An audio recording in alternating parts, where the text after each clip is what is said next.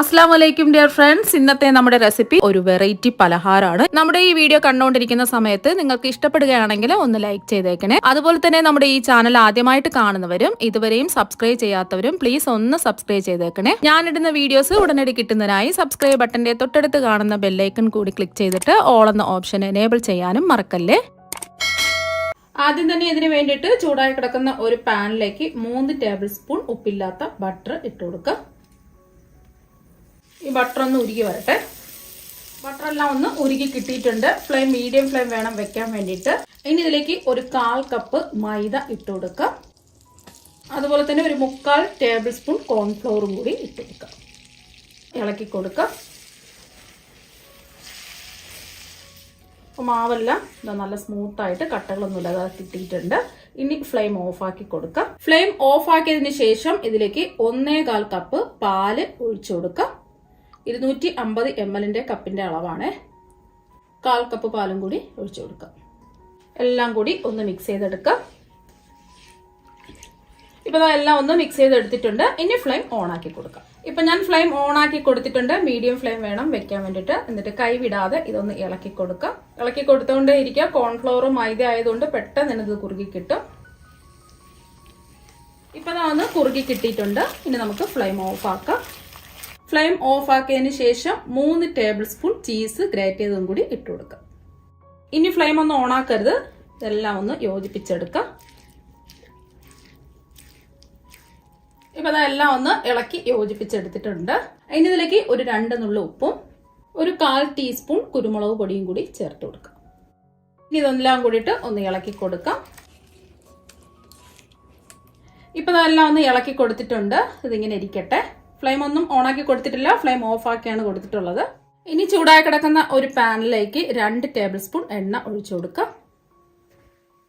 ഇനി ഇതിലേക്ക് ചേർക്കുന്നത് കഴുകി വൃത്തിയാക്കിയ 70 ഗ്രാം ചെമ്മീനാണ്. നിങ്ങൾക്ക് ചെമ്മീന് പകരം വെജിറ്റബിൾസോ അല്ലെങ്കിൽ ചിക്കനോ എന്തെങ്കിലും ചേർക്കാവുന്നതാണ്. ഇനി ഇതിലേക്ക് ആവശ്യത്തിനുള്ള ഉപ്പിട്ട് കൊടുക്കാം. ഞാനിപ്പോൾ ഒരു 1/4 ടീസ്പൂൺ ഉപ്പാണ് ഇട്ട് കൊടുക്കുന്നത്. ഇനി ഇതിലേക്ക് 1 ടീസ്പൂൺ ഇഞ്ചി വെളുത്തുള്ളി പേസ്റ്റും കൂടി ചേർത്ത് കൊടുക്കാം. ഫ്ലെയിം മീഡിയം ഫ്ലെയിം വേണം വെക്കാൻ വേണ്ടിയിട്ട്. ഇനി ഇതിലേക്ക് ഒരു 1/4 ടീസ്പൂൺ കുരുമുളക് പൊടിയും കൂടി ഇട്ട് കൊടുക്കുക. ഇനി ഇത് ഇളക്കി കൊടുത്ത് തിരിച്ചും മറച്ചു വിട്ട് ഒന്ന് ഫ്രൈ ചെയ്തെടുക്കാം. ഇപ്പോൾ ഒരു സൈഡ് അതാ ഒന്ന് വെന്ത് കിട്ടിയിട്ടുണ്ട്. ഇനി ഇതൊന്ന് തിരിച്ചിട്ട് കൊടുക്കാം.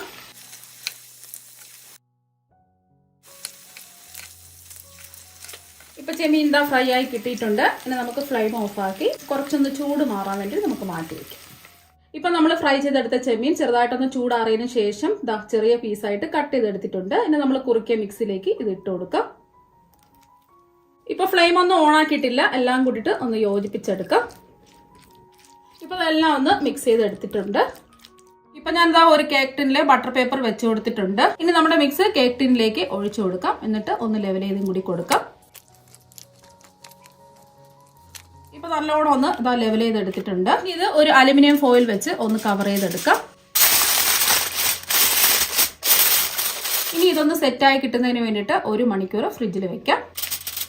ഇനി ഒരു പാത്രത്തിലേക്ക് ഒരു മുട്ട പൊട്ടിച്ചത് ഒഴിച്ചു കൊടുക്കാം. ഇനി മുട്ട ഒന്ന് ജസ്റ്റ് ഒന്ന് അടിച്ചെടുക്കാം. അടിച്ച് പതിപ്പിക്കേണ്ട ആവശ്യമൊന്നുമില്ല. ജസ്റ്റ് ഒന്ന് അടിച്ചെടുത്താൽ മതി. ഇനി ഈ മുട്ടയിലേക്ക് ഒരു 1/4 കപ്പ് മൈദ ഇട്ട് കൊടുക്കാം. ഇനി ഇതിലേക്ക് ഒരു 3 ടേബിൾ സ്പൂൺ വെള്ളവും കൂടി ഒഴിച്ചു കൊടുക്കാം. ഇനി കട്ടകളൊന്നുമില്ലാതെ നല്ലതുപോലെ ഒന്ന് മിക്സ് ചെയ്തെടുക്കാം. ഇപ്പൊ എല്ലാം കട്ടകളില്ലാതെ ഒന്ന് മിക്സ് ചെയ്തെടുത്തിട്ടുണ്ട്. ഇപ്പൊ ഫ്രിഡ്ജിൽ ഇത് സെറ്റ് ചെയ്യാൻ വെച്ചിട്ട് 1 മണിക്കൂറായി. ഇപ്പൊ ഇത് നല്ലോണം സെറ്റായി കിട്ടിയിട്ടുണ്ട്. ഇനി ഇതൊന്ന് കട്ട് ചെയ്തെടുക്കാം.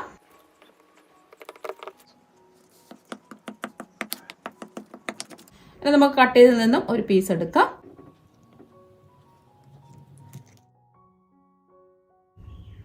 ഇനി നമ്മൾ കട്ട് ചെയ്തെടുത്ത പീസ് ഒരു സിലിണ്ടറിക്കൽ ഷേപ്പിൽ ഒന്ന് ഉരുട്ടിയെടുക്കാം. ഈ ഒരു രീതിക്ക് ഇതുപോലെ സിലിണ്ടറിക്കൽ ഷേപ്പിൽ ഒന്ന് ഉരുട്ടിയെടുക്കാം. ഇപ്പൊ നമ്മൾ സിലിണ്ടറിക്കൽ ഷേപ്പിൽ ആക്കിയെടുത്തത് മുട്ടയുടെ മിക്സിൽ ഒന്ന് ഡിപ്പ് ചെയ്തെടുക്കാം.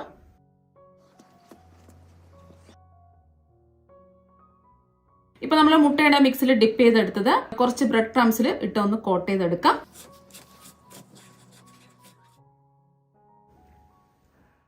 ഇനി ചൂടായി കിടക്കുന്ന എണ്ണയിലേക്ക് ഓരോന്നായിട്ട് ഇട്ട് കൊടുക്കാം.